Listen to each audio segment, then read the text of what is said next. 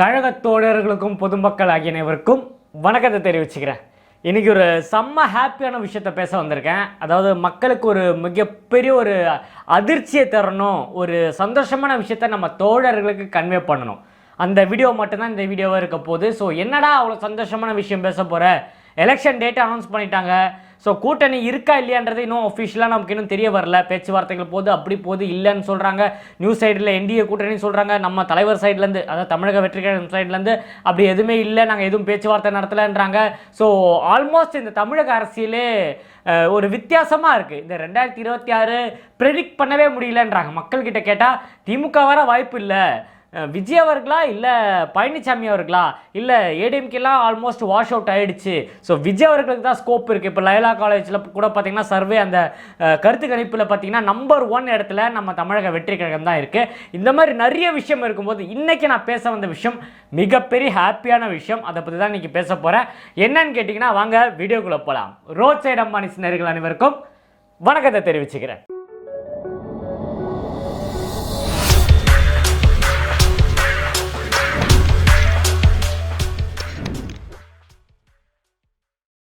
அதாவது தடைக்கு ஒரு மறுபெயர், மறு உருவம் என்னன்னு கேட்டிங்கன்னா நம்ம தலைவர் தளபதி விஜய் அவர்கள்னு சொல்லலாம். ஏன்னா எங்கே தடை சொன்னாலும் நம்ம தலைவரோட முகம் தான் இருக்கும். அவரோட முகம் எங்கெங்கே போதோ, அவரோட நிர்வாகிகள் எங்கெங்கே இருக்காங்களோ, அவரோட தோழர்கள் எங்கெங்கே இருக்காங்களோ அங்கே எல்லா இடத்துலையும் பார்த்தீங்கன்னா தமிழக அரசு சார்பாகவும் சரி, காவல்துறை சார்பாகவும் சரி, எல்லாமே, அதாவது இந்த என்ன சொல்கிறது, இந்த மேஜிக்குன்னு ஒன்று சொல்லுவாங்க தெரியுமா, இந்த கூட்டணிகள்லாம் சேர்ந்து ஏதோ ஒன்று பண்ணி இந்த நபரை வெளியே வர விட பண்ணக்கூடாது, ஒரு மேஜிக் ஒன்று ஏற்படுத்தணும், எங்கே பார்த்தாலும் இந்த திமுக தான் இருக்கணும், சூரியன் தான் தெரியணும், ஸ்டாலின் முகம் தான் தெரியணும்னு சொல்லி இந்த மாதிரி ஏகப்பட்ட ஒரு மேஜிக் ஒன்று நடத்துவாங்க. ஸோ அது பார்த்தீங்கன்னா ஒரு இறுதி கட்டத்துக்கு வந்துச்சுன்னு சொல்லலாம். ஆனால் எலெக்ஷன் டேட்டு அனௌன்ஸ் பண்ணிட்டாங்க. 23 எலெக்ஷன் சொல்லியாச்சு. மே 4ஆம் தேதி பார்த்தீங்கன்னா இந்த வாக்கு எண்ணிக்கை இருக்குன்னு எல்லாமே சொல்லியாச்சு. ஸோ இந்த எஸ்ஓபின்னு ஒன்று இருந்தது, நீங்கள் கேள்விப்பட்டிருப்பீங்க. விஜய் அவர்கள் எங்கேயுமே மாநாடு போட முடியாது, எங்கேயுமே போக முடியாது, சுற்றுப்பயணம், மக்கள் சந்திப்பு எதுவுமே பண்ண முடியாது. காரணம் என்னன்னா எஸ்ஓபி வந்து நமக்கு கொடுக்கல, அதை பிளாக் பண்ணி வச்சுருக்காங்க. அதுலேருந்து ரிலீவ் ஆகணும்னா அதுக்கு நமக்கு ஸ்பெஷலாக ஆர்டர்லாம் வரணும். விஜய் அவர்கள் எல்லா இடத்துக்கும் பிரச்சாரம் போகிறதுக்கான ஆர்டர்லாம் வரணும்ன்ட்டு இப்போது லேட்டஸ்ட்டாக விகடனுக்கு நம்ம ஆதவர்ஜன் அவர்கள் ஒரு பேட்டி கொடுத்துருந்தாங்க. எத்தனை பேர் அது பார்த்தீங்கன்னு தெரியல. அதில் தெளிவாக ஒரு விஷயம் ஒன்று அவர் சொன்னார்.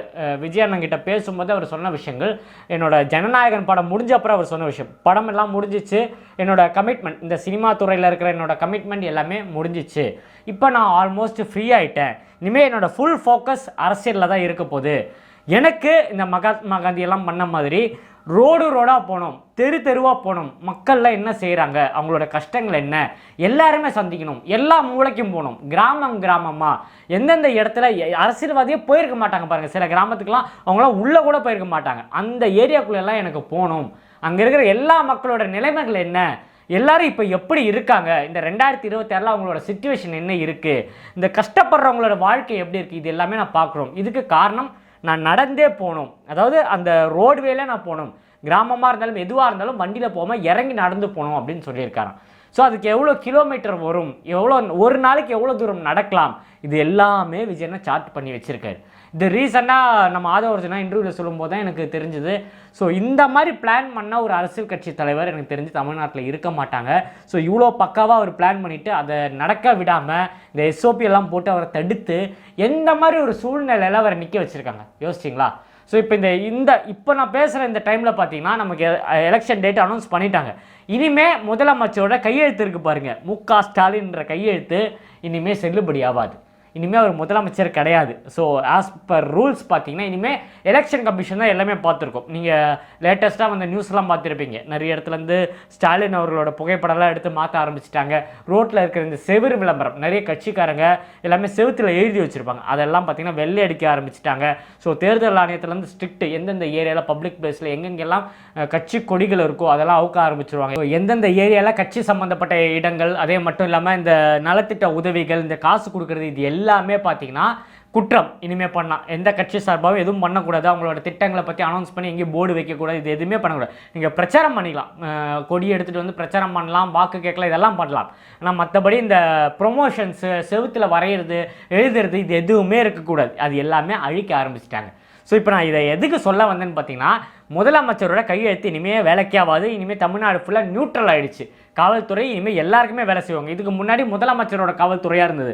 அவர் என்ன சொல்கிறாரோ அதுதான் இங்கே கேட்பாங்க. அதனால தான் நமக்கு பர்மிஷன் கிடைக்கல, நமக்கு ஏகப்பட்ட குளறுபடிகள், நமக்கு அதை பண்ணக்கூடாது, இதை பண்ணக்கூடாது, அதை பண்ண தப்பு, இதை பண்ணா தப்பு, விஜய் அவர்களா தடை அப்படின்ற ஒரு பேர் இருந்தது. ஸோ இப்போ இந்த கையெழுத்து செல்லுபடி ஆகாதுன்னு ஒன்று ஆதவர்ஜனா இதை கூட ஒரு மேடையில் ஒன்று சொன்னார். ஸோ அது நடக்குமா நடக்காதான்றதை நான் அவளாக வெயிட் பண்ணிட்டு இருக்கேன். இனிமே விஜய் அண்ணா ரோட்டுக்கு வந்து நடக்க போகிறாரு. இவ்வளோ நாள் நீங்கள் ஒரு வேனில் நின்று பேசி பார்த்துருப்பீங்க. ஸோ இனிமேல் வீதி விதியாக வரப்போகிறார். இப்போ எலெக்ஷன் டேட் அனௌன்ஸ் பண்ணால் இன்னும் கொஞ்ச நாள் தான் இருக்குது. ஒவ்வொரு நாளும் நமக்கு 24 மணி நேரம், அந்த ஒவ்வொரு நாளும் நமக்கு ரொம்ப ரொம்ப முக்கியம். அதில் ஒவ்வொரு செகண்டும் ஒவ்வொரு அவரும் பார்த்தீங்கன்னா ரொம்ப முக்கியம். ஸோ அதனால் விஜய் அண்ணா பக்காவாக பிளான் பண்ணிட்டாருன்னு கேள்விப்பட்டிருக்கேன். ஸோ நம்ம area side Villivakkam side, Perambur side, Chennai சிட்டிக்குள்ளே நிறைய இடத்துக்கு வர போகிறாரு. நிறைய கிராமத்துக்கு அவரால் முடிஞ்ச அளவுக்கு அவர் நடந்து போகலாம் பிளான் பண்ணியிருக்காரு. இப்போ நமக்கு மெயின் தேவை அவரோட பாதுகாப்பு. அதுக்கு நம்ம தோழர்களை வச்சு அந்த பாதுகாப்பு, அந்த பிரிவு, பாடி கார்ட்ஸ் அவங்களெல்லாம் வச்சு ஒரு அளவுக்கு பிளான் பண்ணியிருக்காங்கன்னு கேள்விப்பட்டேன். ஸோ ஆதவர்ஜனா சொன்ன மாதிரி, இப்போ ரீசெண்டாக அவர் கொடுத்த பேட்டியிலலாம் சொன்ன மாதிரி, ஸோ முதலமைச்சரோட கையெழுத்து செல்லுபடி ஆகாதனால இனிமேல் நமக்கு தடை ஏற்பட வாய்ப்புகள் கம்மி. ஸோ இதுக்கப்புறம் இருக்க வாய்ப்பு இருக்குது. அது என்ன கொடுக்குறாங்கன்றதை அவர் வெளியே வரும்போது தான் நமக்கு தெரியும். இது வரைக்கும் அவர் மேலே இனிமேல் எந்த தடையும் கிடையாது. அவர் இனிமேல் ஸ்ட்ரைட்டாக இறங்கலாம். அவர் நினச்ச இடத்துக்கு அவர் போகலாம், நினச்ச இடத்துல அவர் பிரச்சாரம் பண்ணலாம். ஸோ இதை எப்படி ஸ்கெட்ச் பண்ண போகிறாங்க, எப்படி பிளான் பண்ண போகிறாங்கன்னு தெரியல. நான்லாம் பயங்கர ஆவலாக வெயிட் பண்ணிகிட்ருக்கேன். ஸோ விஜய் நான் சப்போஸ் ஒரு கிராமமாக நடந்து போகிறாருன்னா அந்த மூமெண்ட் எப்படி இருக்கும் யோசிச்சு பாருங்கள். தமிழ்நாடு ஃபுல்லாக அது எந்த மாதிரி பேசும் பொருளாக இருக்கும். ஒவ்வொரு ஏரியா, இப்போ எங்கள் சந்துக்கெல்லாம் வராருன்னா, அண்ணன் வராருன்னு இருந்ததுன்னா இங்கே இருக்கிற மக்களோட மனநிலை, அதுவும் வண்டியில் கை காமிச்சிட்டு போனால் அது ஒரு வேற ஒரு அரசியல்னு சொல்லலாம். முக ஸ்டாலின் பண்ணுவார், எல்லாம் கட்சிக்காரனும். ஜெயலலிதா அம்மாலாம் இருக்கும்போது நீங்கள் பார்த்துருப்பீங்க, வண்டிக்குள்ளே லைட்டு தான் போட்டிருப்பாங்க, வெளியே கூட வர மாட்டாங்க. லைட்டு போட்டு அந்த வண்டி போகும். ஃப்ரெண்டில் 4-5 வண்டி வரும், பின்னாடி 4-5 வண்டி வரும். இவங்க போகிற வண்டியில் லைட் இருக்கும். எல்லாருமே ரோடு சைடில் நிற்பாங்க, பொதுமக்கள்லாம் ரோட் சைடில் வந்து நிற்பாங்க. இந்த அம்மா வண்டிக்குள்ளே உட்காந்து கை காட்டுறது, வணக்கம் காமிச்சிட்டு அப்படியே போடுவாங்க. அதே மாதிரி தான் முதலமைச்சர் பண்ணுறது எல்லாமே அப்படி தான் இருக்குது. யாருமே இறங்கி நடந்து வரல. எனக்கு தெரிஞ்சு முதல்ல எனக்கு தெரிஞ்சு ஒரு மாஸ் பொலிட்டிஷியன், அதாவது நான் ரீசெண்ட் டைமில் சொல்கிறேன், பழைய காலத்தில் யாருன்னா பண்ணியிருக்காங்களான்னு நமக்கு தெரியாது. தலைவர்களெல்லாம் பண்ணியிருப்பாங்க. எனக்கு தெரிஞ்சு அண்ணா அவர்கள்லாம் அந்த மாதிரி பண்ணியிருக்காங்கன்னு கேள்விப்பட்டிருக்கேன். ஸோ இவர் இறங்கி போகும்போது, மக்களை சந்திக்கும் போது, அவங்கக்கிட்ட நேரடியாக பேசும்போது, அந்த ரோட் சைடில் அவர் நடந்து போகிறாருன்னும் போதே ஒரு கூஸ்பம் மூமெண்ட் இருக்குது. அது டிவியில் எப்படி லைவ் கவரேஜ் எப்படி இருக்கும். ஸோ அதெல்லாம் ஆவலாக வெயிட் பண்ணிகிட்ருக்கேன். ஸோ அது நடக்க போது. இப்போது அந்த விஷயங்கள்லாம் வந்துச்சு. இனிமேல் யார் நினச்சாலும் தடுக்க முடியாது, எந்த கையெழுத்தும் செல்லுபடி ஆகாது, யாரும் முற்றுகையும் போட முடியாது. அந்த அளவுக்கு பார்த்திங்கன்னா சட்டம் இப்போ வந்துச்சு. இப்போ எல்லாமே எலெக்ஷன் கமிஷன் கையில் தான் இருக்குது. அவங்க தான் முடிவு பண்ணுவாங்க. 4ஆம் தேதி, மே 4ஆம் தேதி இந்த எண்ணிக்கை, இந்த எலெக்ஷனை ஓட்டு போடுற எண்ணிக்கை சொல்லியிருக்காங்க. 4ஆம் தேதி தெரிஞ்சிடும் ஓரளவுக்கு எப்படி இருக்குன்றத. ஸோ சூடு பிடிக்க ஆரம்பிச்சிச்சு. 2026 வரலாறு திரும்ப போகுது. ஸோ நான் வெயிட் பண்ணுறது விஜய் அண்ணனோட அடுத்த ஸ்பீச் தான். என்ன பேச போகிறாரு, நான் சிபிஐ விசாரணைலாம் முடிச்சுட்டு வந்த அப்புறம் அதை பற்றி ஏதாவது பேசுவாரா, ஸோ அவரோட சுற்றுப்பயணத்தை பற்றி பேசுவாரா, இல்லை அவரோட நடைப்பயணத்தை பற்றி அனௌன்ஸ் பண்ணுவாரா. ஸோ இதெல்லாம் கேட்கறதுக்கு நான் அவளாக வெயிட் பண்ணிகிட்ருக்கேன். ஸோ நீங்கள் விஜய் அண்ணன் நடந்து வந்தார்னா, சப்போஸ் இந்த வீடியோ பார்க்குற நீங்கள் தோழர்களாக இருக்கலாம், நம்ம தொண்டர்களாக இருக்கலாம், இல்லை சாதாரண ஒரு பொதுமக்களாக கூட இருக்கலாம், உங்கள் வீட்டாண்ட நம்ம கட்சி தலைவர், தமிழக வெற்றி கழக தலைவர் தளபதி விஜய் அண்ணன் நடந்து வந்தார்னா அது எப்படி இருக்கும். ஏன்னா அவர் ஃப்ரீயாக விட்டாங்கன்னா ஓரளவுக்கு எல்லா மக்களையும் அவர் சந்திச்சிருவார். ஸோ நம்ம பசங்கிட்ட இருக்கிற ஒரு மைனஸ் என்ன தெரியுமா, அவர் மேலே அதிகமாக அன்பு வச்சனால அவர் வரும்போது அவரை தொட்டு பார்க்கணும், செல்ஃபி எடுக்கணும்னு சொல்லி அவர் கையை பிடிக்க ட்ரை பண்ணுறது, அவரை கட்டி பிடிக்க ட்ரை பண்ணுறது, இதெல்லாம் பார்த்தீங்கன்னா இதனால தான் எனக்கு தெரிஞ்சு அவர் எல்லாத்துக்கும் யோசிக்க வேண்டியதாக இருக்குது. அவர் வந்தார்னா, இப்போ ஒரு ஸ்ட்ரீட்டுக்கு வர்றாருன்னா அந்த சந்துக்குள்ளே ஒரு குறைஞ்சது ஒரு 200-250 வீடு இருக்குன்னா அதில் ஒரு 200-250 வீட்டில் இருக்கிற மக்களும் அவரை பார்க்கணும். அதில் ஒரு 10 பேர் மட்டும் பார்த்தா ஒரு பிரயோஜனமும் கிடையாது. ஆனால் அந்த 10 பேர் என்ன பண்ணுவாங்கன்னா வந்து இவரை சுற்றிடுவாங்க, யாரையும் பார்க்க விடாமல் அவங்க மட்டும் பார்த்தா போதுன்ற அளவுக்கு ஒரு மைண்ட் செட்டுக்கு கொண்டு வந்துடுவாங்க. ஸோ இது இல்லாமல் எல்லா மக்களுக்கும் அவரை பார்க்கணும், எல்லாருமே நேரடியாக விஜய் அவர்களை பார்க்கணும் தான் என்னோட ஆசை.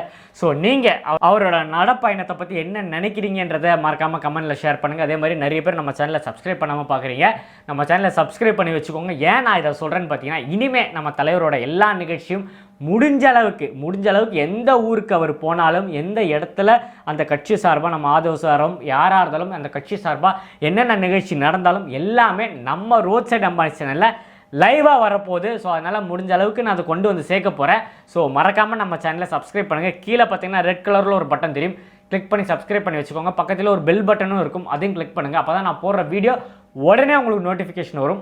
உயிர் இருக்கிற வரைக்கும் தலைவர் தளபதியை பற்றியும் தமிழக வெற்றி கழகத்தை பற்றியும் பேசிக்கிட்டே இருப்பேன். இன்னும் நிறைய வீடியோவில் சந்திப்போம். Guys, tata, take care, bye. நான் உங்கள் ஏஜே. நன்றி.